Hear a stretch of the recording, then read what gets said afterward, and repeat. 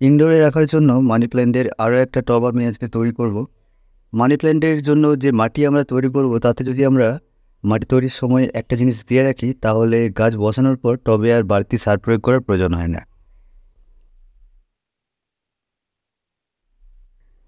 Money plant আমরা করি পাতার জন্য। এর পাতা খুব সুন্দর একটা টেক্সচার থাকে এই পাতাতে। সব পাতাই নেই, যদিও ওই গাছের ভ্যারাইটিটা একই, এগুলো একটা গাছ থেকেই সব করা, কিন্তু গাছের পাতা দেখুন এক নেই। এই যে একটা সুন্দর টেক্সচার রয়েছে সবুজ আর সাদার, এটা হয় তখনই যখন গাছ প্রপার লাইট পায়। এই গাছের অতিরিক্ত লাইটের দরকার হয় না, আবার কম লাইটেও এই গাছ ভালো হয় না। যদি প্রপার লাইট পায় তাহলে এই গাছের পাতায় সুন্দর টেক্সচার দেখতে পাওয়া যায়। যদি কম লাইট পায় বা বেশি লাইট পায় তাহলে পাতা সবুজ হয়ে যায়, এই টেক্সচারটা তখন আসে না। এই টবটার ব্যাক সাইডে ম্যাগনেট দেওয়া রয়েছে, ফ্রিজ বা আলমারির দরজায় রাখা যাবে। জলেও খুব সুন্দরভাবে পড়া যায়। এগুলো জলে রয়েছে, শুধু জল আছে আর কিছু নেই। এই মানি প্ল্যান্ট গাছ ময়েশ্চার পছন্দ করে, যাতে এই টবের মাটিটা সবসময় ময়েস্ট থাকে আর ভেজা ভেজা ভাব থাকে, সেই ধরনের একটা মাটি তৈরি করতে হবে।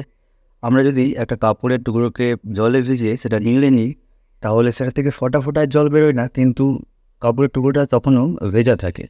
মানি প্ল্যান্ট গাছও ঠিক সেই ধরনের ময়েশ্চার সবসময় পছন্দ করে।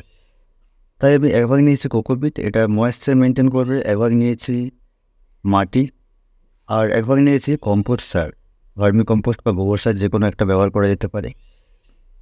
এই গাছ করি আমরা পাতার জন্য, আর পাতা ভালো এবং সবুজ রাখার জন্য যেটা দরকার সেটা হলো নাইট্রোজেন। এটা হলো সিংকুচি, এটাতে নাইট্রোজেন রয়েছে, ক্যালসিয়াম রয়েছে, আর তার সাথে যেটা নিয়েছি সেটা হলো রক্তসার। এটাতে প্রচুর পরিমাণে নাইট্রোজেন থাকে। আর এই দুটোই হলো অর্গানিক আর স্লো রিলিজ। মাটিতে মেশাবার সাথে সাথেই মাটিতে নাইট্রোজেন যোগ হয়ে যাবে না, এটা আস্তে আস্তে ধীরে ধীরে ডিকম্পোজ হবে এবং দীর্ঘ সময় ধরে মাটিতে নাইট্রোজেনের সরবরাহ করতে থাকে। মানি প্ল্যান্ট গাছের চারা তৈরি করা খুবই সহজ, ডাল কেটে বসিয়ে দিলেই চারা হয়।